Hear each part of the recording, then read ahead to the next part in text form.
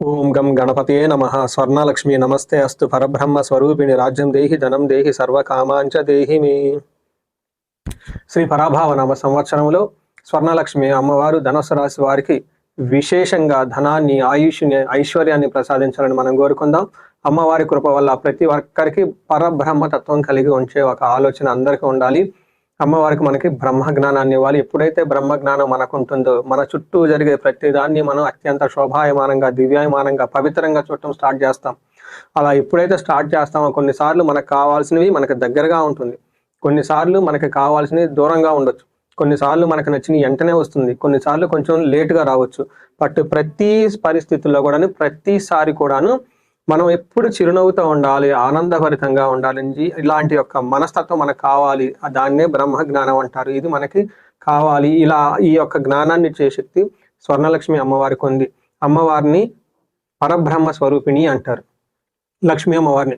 అంతేకాదు మనకి రాజ్యం దేహి, అమ్మవారు మనకి విశేషమైన రాజ్యాధికారాన్ని ఇవ్వాలి. మనం ఒక మాట మాట్లాడితే 10 మందికి అది ఇన్ఫ్లుయెన్స్, ప్రభావితం చేయగలగాలి. వేల మంది మనం ఫాలో అవుతూ ఉండాలి. మనకి అధికారము, మనకి దర్పము, ఒక మర్యాద, ఒక సొసైటీలో కీర్తి, ప్రతిష్టలు, ఇవన్నీ మనకు కావాలి. ఒక రాజ్యం మనకు కావాలి. వీటితో పాటు మనకి ఇంకా ఏం కావాలి? ధనం కావాలి. ఎంత ధనం కావాలి? విశేషమైన ధనం కావాలి. మనం కౌంట్ చేసుకోవడానికి, లెక్క పెట్టలేనంత ధనం మనకు కావాలి. ఇంటి నిండా ధనం ఉండాలి, ఆఫీస్ నిండా ధనం ఉండాలి. మీరు క్యారీ బ్యాగులు తీసుకొని వెళ్తున్నారు, బ్యాగులు, ఆ బ్యాగ్ నిండా ధనం ఉండాలి. వ్యాలెట్ నిండా ధనం ఉండాలి. మీరు వాడే యూపీఐలు, ఫోన్లు, అకౌంట్స్ నిండా ధనంతో నిండి ఉండాలి. అమ్మవారి మనకు అంత ధనం ఇవ్వాలి. అంతేకాకుండా సర్వకామాంచ దేహిమే, మనం కోరుకున్న ఎలాంటి కోరికైనా సరే అమ్మవారు మనకి క్షణాల్లో ఆ కోరికలన్నీ నెరవేర్చాలి. ఇలా శ్రీ పరాభావ నామ సంవత్సరంలో స్వర్ణలక్ష్మి కృప వల్ల మనం అమ్మవారి ఇవన్నీ కటాక్షం మనకు ఉండాలని చెప్పేసి కోరుకుందాము. ధనుసు రాశి వారికి ఇందులో ఉన్న నక్షత్రాలు మూల 1, 2, 3, 4 పాదాలు, పూర్వాషాఢ 1, 2, 3, 4 పాదాలు, ఉత్తరాషాఢ ఫస్ట్ పాదం కూడా ఇందులో ఉంటుంది. ఇప్పుడు మోస్ట్ ఇంపార్టెంట్ అనే విషయం తెలుసుకుందాం. అదేంటంటే ఆదాయము, వ్యయము, రాజ్యపూజ్యము, అవమానం. ఇది చాలా ఇంపార్టెంట్. మనకి మహర్షులు ఈ ఒక యూనిక్ అయిన సిస్టాన్ని ఇచ్చారు. ఈ సిస్టమ్ ఎక్కడా లేదండి. మనకు ఈ తెలుగు రాష్ట్రాలు, కర్ణాటక, ఈ ఉగాది జరుపుకునే వారికి అక్కడే ఇచ్చారు. వీటిని మనకి ఆదాయ ఫలితాలు అంటారు. ఇందులో వీళ్ళకి ఆదాయం చూసుకుంటే 14, వ్యయం 11 ఉంది. గుర్తుపెట్టుకోండి, ధనుసు రాశి వారికి ఆదాయం 14 ఉంది, వ్యయం 11 ఉంది. అంటే మీ అంచనాలకు మించి ఆదాయం వనరులు ఉంటుంది.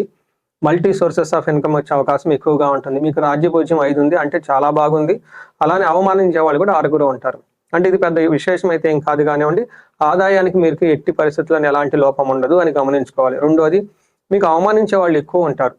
అంతేకాకుండా మిమ్మల్ని కావాలని చీట్ చేసేవాళ్ళు కూడా ఎక్కువగా మీ చుట్టూ ఉంటారని గమనించుకోవచ్చు. శ్రీ పరాభావ సంవత్సరంలో ధనుసు రాశి వారికి గమనించుకుంటే ఫస్ట్ జూన్ వరకు ఒక ఎలాంటి ప్రాబ్లం వచ్చినా, ఎలాంటి సిచ్యువేషన్స్ వచ్చినా కానీ చక్కగా మీరు దాన్ని విశేషంగా చక్కగా సాల్వ్ చేసుకొని ముందుకు వెళ్ళిపోగలుగుతారు. అయితే ఎప్పుడైతే మనకి గోదావరి పుష్కరాలు వస్తున్నాయో, గురువు మారటంతో, కర్కాటక రాశి రావటంతో గోదావరి పుష్కరాలు మనకు స్టార్ట్ అవుతూ ఉంటాయి. ఈ గోదావరి పుష్కరాలు ఎప్పుడైతే మనకు స్టార్ట్ అయిపోయినాయో ఈ టైంలో గురువు మనకి అష్టమంలోకి వెళ్ళిపోతూ ఉన్నారు. ఈ రాశి వాళ్ళకి అష్టమంలో గురువు వెళ్ళిపోతున్నారు, గమనించుకోవాలి. అంటే ఇక్కడ శని మీకు ఆల్రెడీ 4వ స్థానంలో ఉండి అర్ధ అష్టమ శని, అంటే ప్రతి చోట కొంచెం ఛాలెంజింగ్ గా ఉండే అవకాశం ఎక్కువగా ఉంటుంది. గురువు ఇంకా అష్టమంతో పోవడంతో కొంచెం ఇబ్బందులు పడే అవకాశం ఎక్కువగా ఉంటుంది. మీరు కొంచెం ఆందోళనకు గురయ్యి స్ట్రెస్ పూరితంగా ఉండే అవకాశం ఎక్కువ ఉంటుంది. కొన్ని విషయాలు, అన్ని విషయాల్లో కాదని గమనించుకోవాలి. మనకి మహర్షులు ఏం చెప్తారంటే 4వ స్థానంలో శని ఉంటే మీకు స్త్రీ బంధార్థ సుఖచ్యుతి అంటారు. అంటే స్త్రీల ద్వారా, ఇన్ కేస్ స్త్రీలైతే పురుషుల ద్వారా ధనం లేదా ఒక పొజిషన్, సుఖం, మీకు కంఫర్టబుల్గా ఇంటికి సంబంధించిన కానీ ఏమైనా ఉంటే అట్లాంటి వాటిలో మీకు ఇబ్బందులు వచ్చే అవకాశం ఉంటుంది అని చెప్తారు. అందుకని అర్ధ అష్టమ శని అంటారు. అంటే ఇంటి వాతావరణంలో కొంచెం డిస్టర్బ్డ్గా ఉండే అవకాశం ఎక్కువగా ఉంటుంది. మీకు సుఖాన్ని కలిగించే వ్యవహారాలలో, కార్లు కానివ్వండి, ఇల్లు కానివ్వండి, బంగ్లాలు, ఇలాంటి ఏవైనా కనుక ఉంటే భూమికి సంబంధించిన వ్యవహారాల్లో కొంచెం మీకు బాగా ఒత్తిడి ఉండే అవకాశం ఎక్కువ ఉంటుంది, ఫ్యామిలీ మెంబర్స్తో కూడా. రెండోది, ఏడో స్థానంలో గురువు మీకు పుష్కరాలు వచ్చే వరకు ఉంటారంటే జూన్ వరకు చక్కగా భోగాన్ని, ఐశ్వర్యాన్ని అనుభవిస్తారు. గురువు ఎప్పుడైతే మారుతూ ఉన్నారో మీకు హెల్త్ కాంప్లికేషన్స్ వచ్చే అవకాశం ఉంటుంది. అని గమనించాలి. తర్వాత రాహు 3వ స్థానంలో ఉండి ఈ రాశి వాళ్ళని చక్కగా కాపాడుతూ ఉన్నారు. కేతు 9వ స్థానంలో ఉండి ఆధ్యాత్మిక చింతన ఎక్కువగా కలిగి ఉండి ఒక ధర్మ మార్గాన్ని నడిపించడానికి మీకు బాగా ఉపయోగపడుతూ ఉంటారని గమనించుకోవచ్చు. మనకి 4వ స్థానంలో శని ఉంటే ఏమవుతుంది?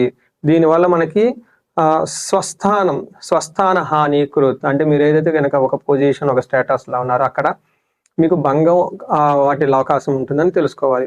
అంతేకాకుండా ఒక శని మీకు మంచి కూడా చేస్తూ ఉన్నారంటే మీకు శత్రువులు ఎవరైనా కనుక ఉంటే ఆ శత్రువులు అనేవాళ్ళు మీ దగ్గరలో ఉండరు, వాళ్ళు చాలా దూరంగా వెళ్ళిపోతారు, ధనం బాగా సంపాదించుకుంటారు, కొంచెం ఒడిదుడుకులతో సక్సెస్ అయితే వస్తుందని గమనించుకోవాలి. మీకు శని వల్ల కానివ్వండి, గురువు వల్ల కానీ ఖచ్చితంగా సక్సెస్ అయితే వస్తుంది, ఇది గమనించుకోవచ్చు. తర్వాత 7వ స్థానంలో ఎప్పుడైతే గురువు ఉన్నారో జూన్ వరకు ధనం విషయంలోను, హెల్త్ విషయంలోను, అన్నదమ్ముల నుంచి మంచి సపోర్ట్ కానివ్వండి, ఆధ్యాత్మిక చింతన ఎక్కువగా ఉండేసి చక్కగా ఉంటారని గమనించాలి. తర్వాత గురువు జూన్లో మారటంతో ఇక్కడ కొంచెం మీకు ఇబ్బంది పడే అవకాశం ఉంటుంది. ఒక పక్క ఈ ఛాలెంజెస్ ఇస్తూనే గురువు చక్కటి విద్యను ఇస్తూ ఉంటారు, టయానికి ధనం వస్తుంది, టయానికి మంచి ఫుడ్ తింటూ చక్కగా హెల్దీగా ఉంటారు.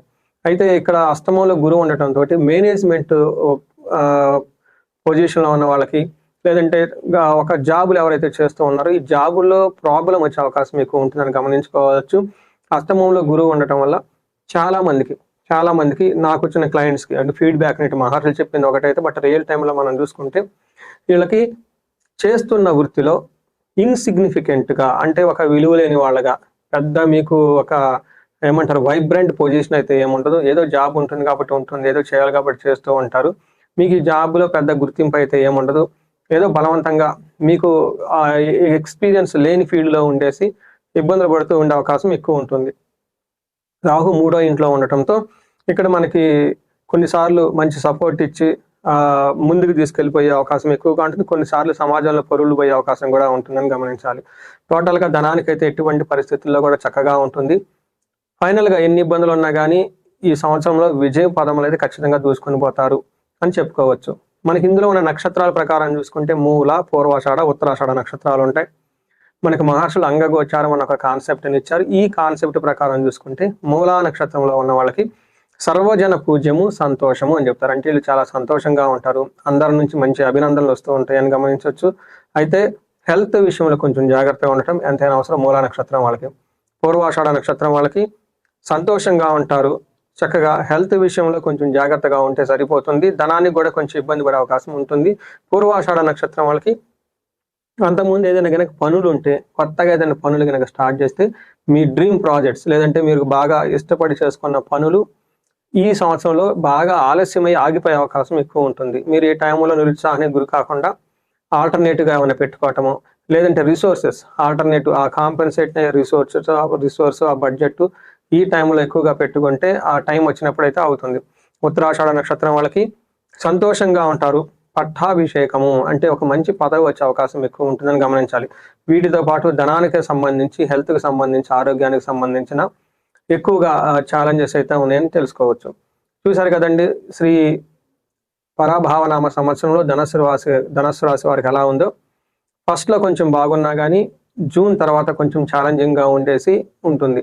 ఈ టైంలో కొత్తగా ఎవరికైనా బిజినెస్ లాంటివి చేయటము, కొత్తగా వచ్చిన వాళ్ళని నమ్మటం, కొత్తగా పరిచయాలైన వాళ్ళని నమ్మటము, ఇలాంటి విషయాలు చేయకుండా రిస్కీగా ఉండి ఉపయోగం లేని పనులు ఏమైనా ఉంటే అలాంటి వాటిని కట్ చేసుకొని, అనవసరమైన ఫ్రెండ్షిప్స్ ఇవన్నీ కట్ చేసుకొని చక్కగా మీ మీద మీరు ఆధ్యాత్మికంగా టైం స్పెండ్ చేయటం, గుడులు ఎక్కువగా తిరగటము, తర్వాత మీ ఫ్యామిలీ మెంబర్స్తో టైం ఎక్కువ స్పెండ్ చేస్తూ ఉండటం ఉంటే చాలా బాగుంటుంది.